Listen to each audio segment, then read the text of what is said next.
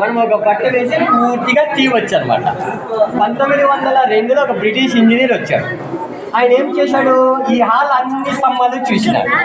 అన్ని స్తంభాలు నేల మీదే ఉంది, అంటే నేలకు ఆనుకొని ఉంది. ఈ ఒక్క స్తంభం గాల్లో ఉంది.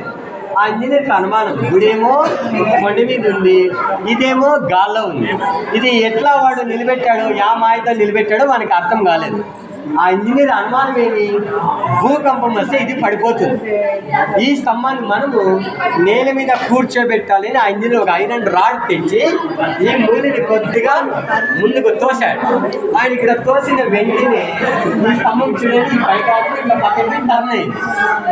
ఫస్ట్ ఇట్లా స్ట్రైట్ ఉంటుంది కదా, సైడ్కి జరిగింది ఆ తలభాగం. ఆయనకి అనుమానం వచ్చింది, నేను ఇక్కడ తోస్తే అది ఎందుకు సైడ్కి జరిగింది అని. మళ్ళీ రెండో మూలని ఇక్కడ తోశాడు. అప్పుడు ఈ స్తంభం ఇలా వాలింది, కొద్దిగా బెండ్ అయింది అనమాట. అప్పుడు ఇక్కడ చూడండి, ఆ పై భాగాలు లాస్ట్ అవి రెండు ఏమైనాయి, ఊగిదానితోటి జాయింట్ అయినాయి, అతుక్కున్నాయి. మనకు స్తంభాల మధ్య గ్యాప్ ఉండాలి కదా, ఇవి రెండు జాయింట్ అయినాయి. సెకండ్ లైన్ ఆ రెండు దగ్గరకు వచ్చింది.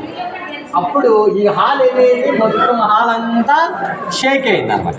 షేక్ అయిన వెంటనే ఇక్కడేమైంది, 1 2 3 మూలలు పైకి లేచింది, 4వ మూల కింద కూర్చోండి, నేలకి ఆనుకొని ఉంది అనమాట. అప్పుడు ఆ బ్రిటిష్ ఇంజనీరు ఈ హాల్ మొత్తము 70 స్తంభాలు ఉన్నాయి, 69 స్తంభాల భారము దీని మీద ఉంది. అంటే ఈ హాల్ మొత్తం దీని మీదే బ్యాలెన్స్. ఇప్పుడు మనం ఈ స్తంభాన్ని బలవంతంగా ముందుకు తోసాము అంటే ఈ హాల్ అంతా పడిపోతుంది అని ఆయన భయపడి వదిలేశాడు. ఈ స్తంభం ఎలా నిలబెట్టారు ఏమి ఎవరికి తెలియదు. ఇప్పుడు కిందంతా గ్యాప్, మనం ఒక బట్ట వేసి ఇలా క్రాస్గా తీయవచ్చు అనమాట. అది ఆ శిల్పుల యొక్క గొప్పదనం అన్నమాట.